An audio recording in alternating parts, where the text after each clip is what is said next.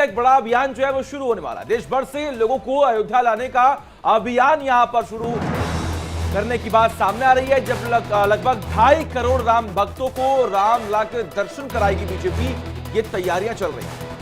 तो चुनाव में राम मंदिर का मुद्दा भुनाने की बीजेपी की ये बड़ी कोशिश है। तो बड़ी जानकारी इस वक्त आपको बता रहे हैं, जहां पर चुनाव से ठीक पहले बीजेपी का ये सबसे बड़ा अभियान इस वक्त हम आपको बता रहे हैं, जहां पर देश भर से लोगों को अयोध्या लाने की तैयारी की जा रही है और ये विशेष तौर पे अभियान चलाया जाएगा। इस अभियान के तहत जो टारगेट रखा गया है वो 2.5 करोड़ राम भक्तों को राम लला के दर्शन कराने का टारगेट यहां पे रखा गया है और इसको पूरा करने के लिए बीजेपी जमीनी स्तर पर अब जुट गई है और चुनाव में राम मंदिर का मुद्दा भुनाने की बीजेपी की ये सबसे बड़ी कोशिश है और जिसके जरिए लोग इससे इन्फ्लुएंस हो और भारतीय जनता पार्टी पर एक बार फिर से भरोसा व्यक्त करते हुए अपना वोट उनको कास्ट करें।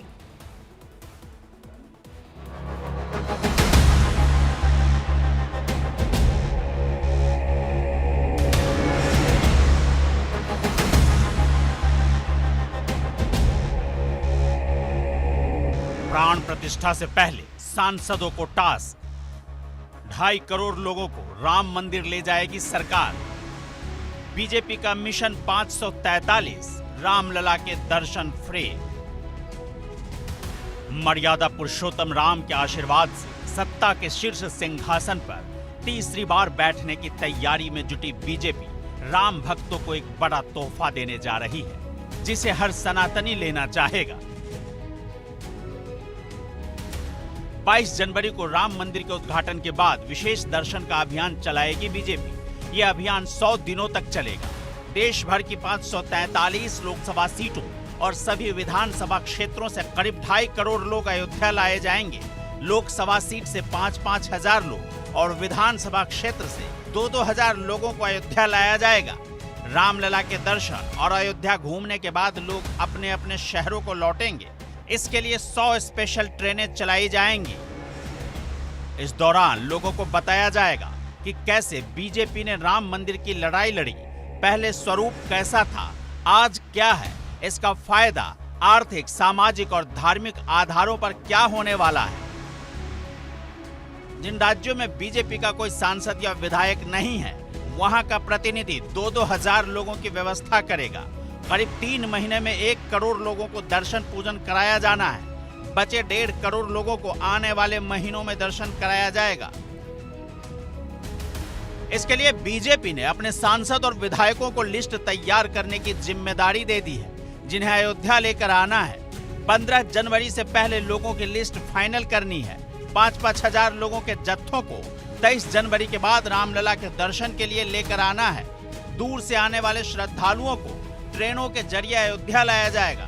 लोगों को लाने, ठहरने और खाने की पूरी व्यवस्था सांसद विधायक अपने फंड से करेंगे। दरअसल बीजेपी चाहती है कि विपक्ष की एकजुटता और जाति के कार्ड को राम मंदिर अभियान के जरिए काटा जाए।